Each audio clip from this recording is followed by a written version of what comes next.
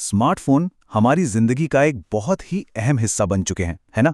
लेकिन क्या ये हमारी सबसे बड़ी सुविधा है या फिर हमारे पारिवारिक रिश्तों और मानसिक स्वास्थ्य के लिए बज रहा एक साइलेंट अलार्म? आज के इस विश्लेषण में हम इसी उलझन को सुलझाने की कोशिश करेंगे और देखेंगे कि कैसे ये छोटी सी स्क्रीन हमारी पूरी दुनिया को बदल रही है। जरा पुनीत की कहानी पर गौर करते हैं। काम के बाद जब पुनीत घर लौटा तो उम्मीद थी कि उसके बच्चे नीरज और सुरभि दौड़कर उससे बात करेंगे, लेकिन दोनों अपनी अपनी स्क्रीन में पूरी तरह से खोए हुए थे। जब उसने पानी के लिए कहा तो बिना नजर उठाए जवाब मिला, बस 2 मिनट, ये लेवल खत्म कर लूं। 2 मिनट, जरा सोचकर देखिए, एक समय था जब इस 2 मिनट का मतलब होता था कि बस जल्दी से जूते पहन लूं और बाहर खेलने भाग जाऊं। और आज इसका मतलब स्क्रीन से चिपके रहना है। बचपन के मायने पूरी तरह से बदल गए हैं। तो आखिर ये समस्याग्रस्त उपयोग या प्रॉब्लमैटिक यूज है क्या? आइए इसे थोड़ा गहराई से समझते हैं। अगर ऐसा लग रहा है कि ये सिर्फ पुनीत के घर की कहानी है तो जरा इन आंकड़ों पर नजर डालिए।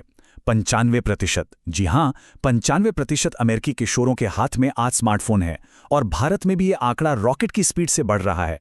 कहने का मतलब ये है कि ये कोई छोटी मोटी या इक्का दुक्का घटना नहीं है, ये एक ग्लोबल चुनौती बन चुकी है जिससे आज हर समाज जूझ रहा है। ध्यान देने वाली बात यह है कि इसे कोई बीमारी या मेडिकल डायग्नोसिस नहीं माना जाता, बल्कि ये एक व्यवहारिक निर्भरता है, यानी बिहेवियरल डिपेंडेंस। ये वो स्थिति है जहां बहुत ज्यादा स्क्रीन टाइम हमारी असल जिंदगी और हमारे सामाजिक रिश्तों के बीच दीवार बन जाता है। जैसे नीरज ने अपने पिता की तरफ देखे बिना ही पानी का गिलास थमा दिया था। ये सीधा सीधा असल दुनिया की जिम्मेदारियों को नजरअंदाज करना है।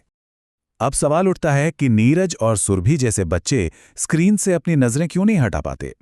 ओरेगन विश्वविद्यालय के शोधकर्ता इलियट बर्कमैन समझाते हैं कि ये कोई कमजोरी नहीं है, बल्कि हमारे दिमाग की बनावट ही कुछ ऐसी है।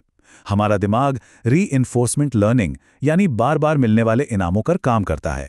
स्मार्टफोन का हर नोटिफिकेशन, हर नया गेम लेवल दिमाग को एक डिजिटल रिवॉर्ड देता है और इसके साथ ही जुड़ जाता है कुछ छूट जाने का डर। बस यही चीजें हमें बार बार स्क्रीन की तरफ खींच लाती हैं। अब बात करते हैं कि इस डिजिटल लत का हमारे मानसिक स्वास्थ्य पर क्या असर पड़ रहा है।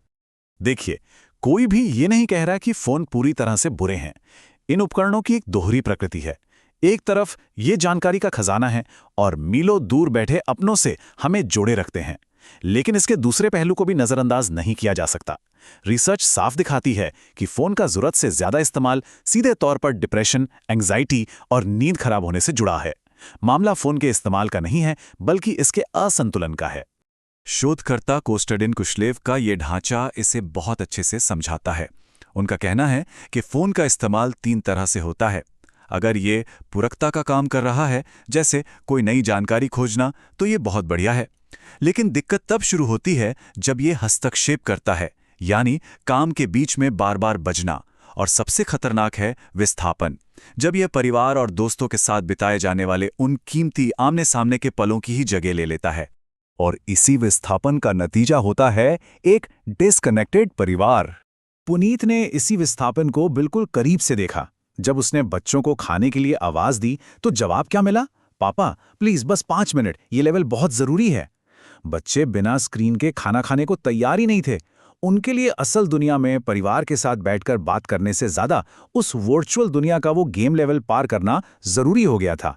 शोधकर्ताओं ने इसके लिए एक बहुत ही सटीक शब्द दिया है, बचपन का डिजिटल उपनिवेशीकरण या डिजिटल कॉलोनाइजेशन।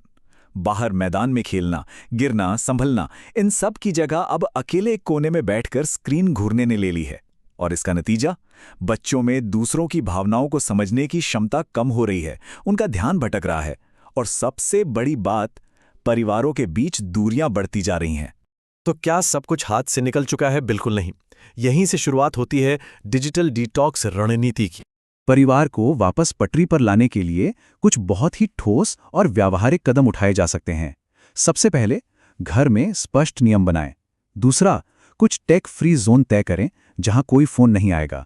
और तीसरा, बच्चों के साथ बाहर खेलने या घूमने का प्लान बनाएं।